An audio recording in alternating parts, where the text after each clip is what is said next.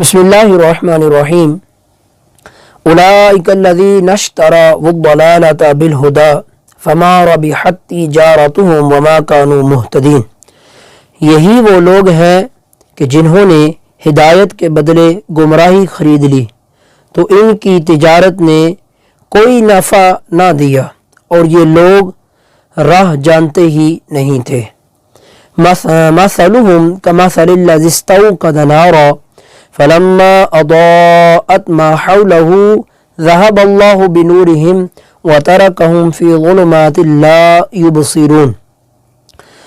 ان کی مثال اس شخص کی طرح ہے کہ جس نے آگ روشن کی، پھر جب اس آگ نے اس کے آس پاس کو روشن کر دیا تو اللہ ان کا نور لے گیا اور انہیں تاریکیوں میں چھوڑ دیا، انہیں کچھ دکھائی نہیں دے رہا۔ صم بکم عمی فہم لا یرجعون، بہرے، گونگے، اندھے ہیں پس یہ لوٹ کر نہیں آئیں گے۔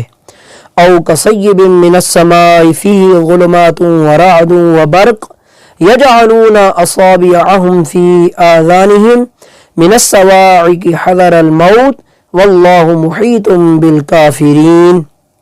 یا ان کی مثال آسمان سے اترنے والی بارش کی طرح ہے کہ جس میں تاریکیاں اور گرج اور چمک ہے۔ یہ زوردار کڑک کی وجہ سے موت کے ڈر سے اپنے کانوں میں انگلیاں ٹھوس رہے ہیں، حالانکہ اللہ کافروں کو گھیرے ہوئے ہے۔ یکاد البرق یخطف ابصارهم کلما اضاء لهم مشوا فیہ وَإِذَا أَظْلَمَ عَلَيْهِمْ قَامُوا وَلَوْ شَاءَ اللَّهُ لَذَهَبَ بِسَمْعِهِمْ وَأَبْصَارِهِمْ إِنَّ اللَّهَ عَلَى كُلِّ شَيْءٍ قَدِيرٌ۔ بجلی یوں معلوم ہوتی ہے کہ ان کی نگاہیں اچک کر لے جائے گی، اور حالت کیا ہے ان کی؟ حالت یہ ہے کہ جب کچھ روشنی ہوئی تو اس میں چلنے لگے، اور جب ان پر اندھیرا چھا گیا تو کھڑے رہ گئے، اور اگر اللہ چاہتا تو ان کے کان اور آنکھیں سلب کر لیتا، بے شک ہر شے پر اللہ قادر ہے۔ تو یہ جو آج کا ہم نے سبق پڑھا اس کا ترجمہ میں نے آپ کی خدمت میں پیش کیا۔ اب اس کی تفسیر کی طرف آتے ہیں۔ پہلی آیت جو مقصر جس کو ہم نے آج پڑھا، اولئک الذین اشتروا الضلالۃ بالہدی فما ربحت تجارتهم وما كانوا مہتدین۔ یہی وہ لوگ ہیں کہ جنہوں نے ہدایت کے بدلے گمراہی خرید لی۔ ہدایت کے بدلے گمراہی خریدنا یعنی ایمان کی بجائے کفر اختیار کر لینا، نہایت خسارے کا، نہایت گھاٹے کا یہ سودا ہے۔ ذرا بار بھی اس سودے کے اندر نفع نہیں ہے۔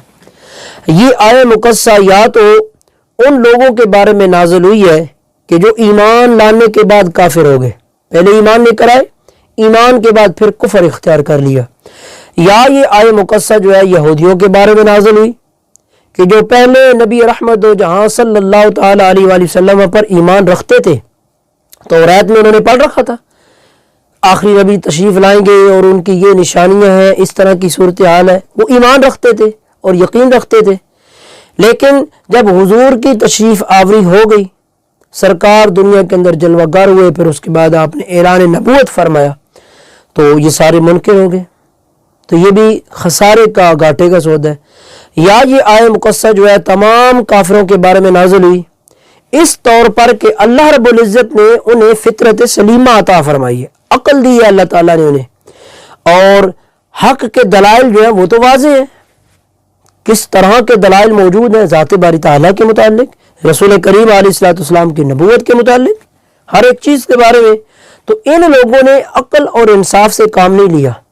عقل اور انصاف کا تقاضا یہ تھا کہ رسول کریم علیہ السلام کی رسالت کو تسلیم کرتے، حضور کی اتباع کرتے، سرکار کی پیروی کرتے اور اللہ کو وحدہ لا شریک جانتے۔ انہوں نے ایسا نہیں کیا، تو انہوں نے نقصان کا، سب سے زیادہ نقصان اٹھانے والی چیز کو انہوں نے اختیار کیا، گھاٹے کا سودا کر لیا۔ تو جب یہ کیفیت ہے، یہ صورت ہے، تو پھر کیا ہے؟ پھر تو ان کی جو آنکھیں ہیں وہ انہیں کوئی فائدہ نہیں دے رہی، ان کے کان جو ہے وہ انہیں کوئی فائدہ نہیں دے رہے، اور اس چیز سے انہیں پھر کسی قسم کا کوئی فائدہ تو نہیں ہو رہا۔ تو یہ وہ لوگ ہیں کہ یہ انہوں نے گھاٹے کا نقصان کا سودا کیا، بلکہ نفع تو دور کے بعد یہ تو اصل سرمایہ سے ہی محروم ہو گئے. اصل سرمایہ جو ہے انہوں نے تو اس کو ہی ختم کر دیا اور یہ اسے بھی اخذ نہ کر سکے. اگر مثلہم کمثل الذی استوقد نارا، ان کی مثال اس شخص کی طرح ہے کہ جس نے آگ روشن کی.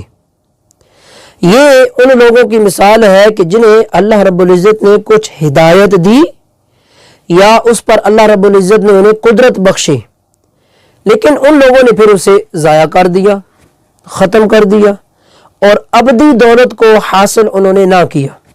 ایک عارضی دولت، چند لمحوں کے لیے فائدہ دینے والی چیز کو اختیار کر لیا انہوں نے ظاہری طور پر، اور ابدی جو دولت تھی اس سے محروم ہو گئے اور اس کو انہوں نے حاصل ہی نہ کیا.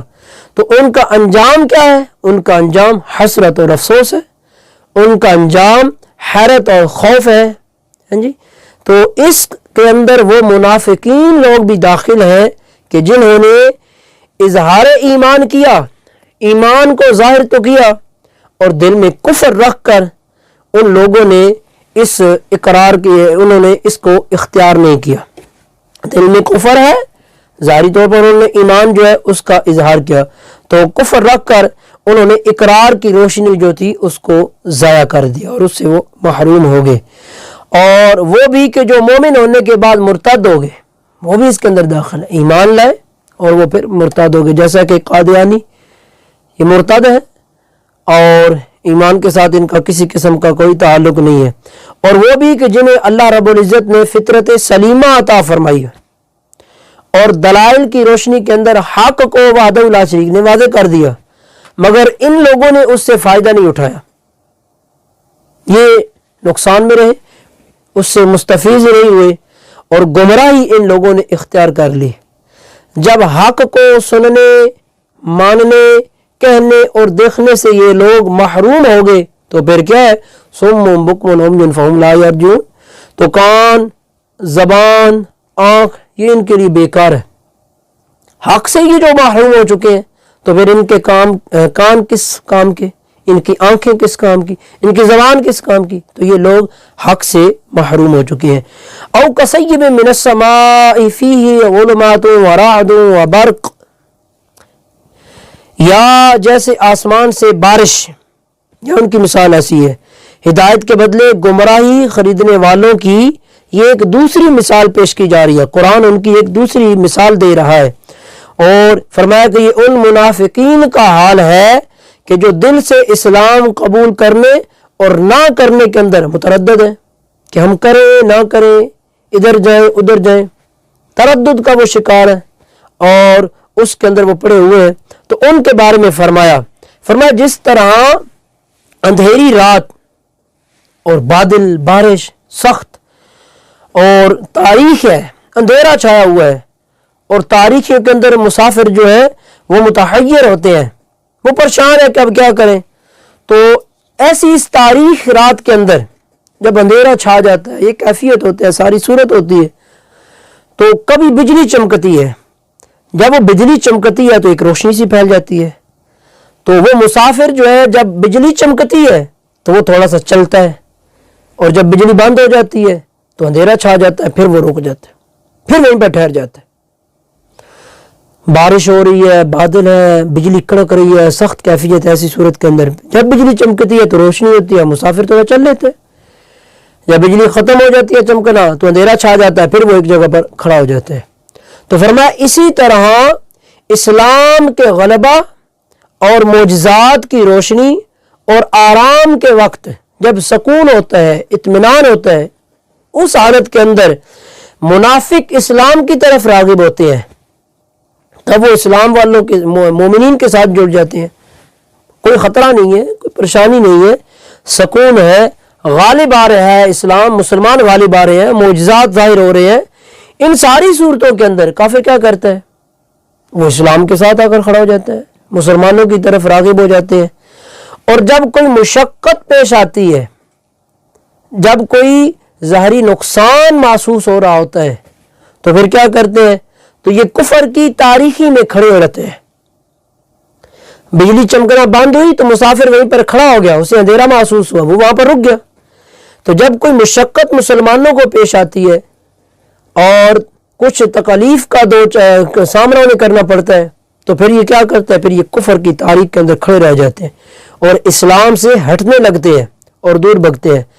اور یہی وہ مقام ہے کہ جو اپنے اور بیگانے، مخلص اور منافق کی پہچان کرنے کا ہوتا ہے۔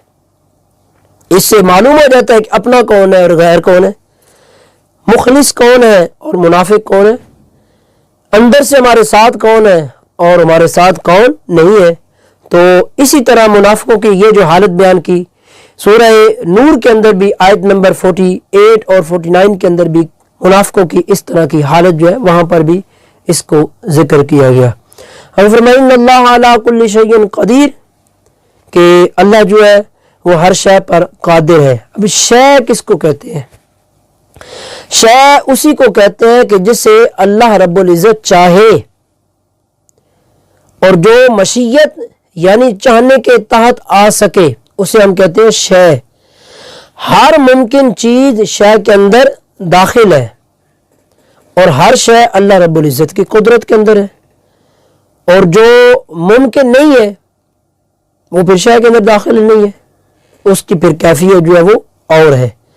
تو جو اللہ رب العزت کی شان کے لائق ہی نہیں ہے چیز، وہ محال ہے، اس کے اندر داخل نہیں ہے۔ مثلا اب ایسا کہا جائے کہ اللہ اگر چاہے تو اپنا علم ختم کر دے، یہ اللہ کی شان کے لائق ہی نہیں ہے۔ اللہ جھوٹ بولے، یہ اللہ کی شان کے لائق ہی نہیں ہے۔ تو یہ ساری چیزیں اس سے باہر ہے، ان چیزوں کا اس کے ساتھ کسی قسم کا کوئی تعلق نہیں ہے۔ ہر ممکن جو چیز ہے اس پر رب کریم قادر ہے، اور وہ شے کے اندر داخل ہے، اور ہر شے پر اللہ رب العزت قادر ہے۔ وَعَلَىٰ كُلِّ شَيْءٍ قدیر ہے، قادر مطلق ہے۔ کاش مسلمانوں ہمیں یہ سمجھ آ جائے کہ اللہ ہر چیز پر قادر ہے۔